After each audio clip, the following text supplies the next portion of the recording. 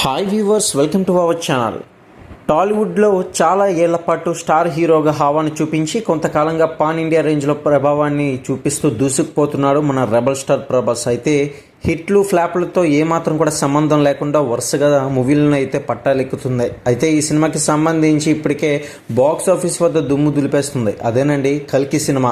మరి ఇప్పటికే 8 రోజులకు సంబంధించి అలాగే 9వ రోజుకు సంబంధించిన అప్డేట్స్ కూడా తెలుసుకుందాం. కల్కి సినిమాకి సంబంధించి ఇప్పటికే 10వ రోజు నైజాంలో 65 కోట్లు, సీడెడ్లో 27 కోట్లు, ఆంధ్రప్రదేశ్లో 76 కోట్లతో కలిపి 2 తెలుగు రాష్ట్రాల్లో 168 కోట్ల బిజినెస్ అనేది జరిగింది. అలాగే కర్ణాటకలో 25 కోట్లు, తమిళనాడులో 16 కోట్లు, రెస్ట్ ఆఫ్ ఇండియాలో ప్లస్ హిందీలో చూసుకున్నట్లయితే కనుక మనకి బాగానే రానిచ్చింది. మొత్తం మీద 85 కోట్లు అయితే వసూలు చేసింది. కేరళలో అయితే 6 కోట్లు, ఓవర్సీస్లో 70 కోట్లతో కలిపి 370 కోట్ల బిజినెస్ అనేది జరిగింది.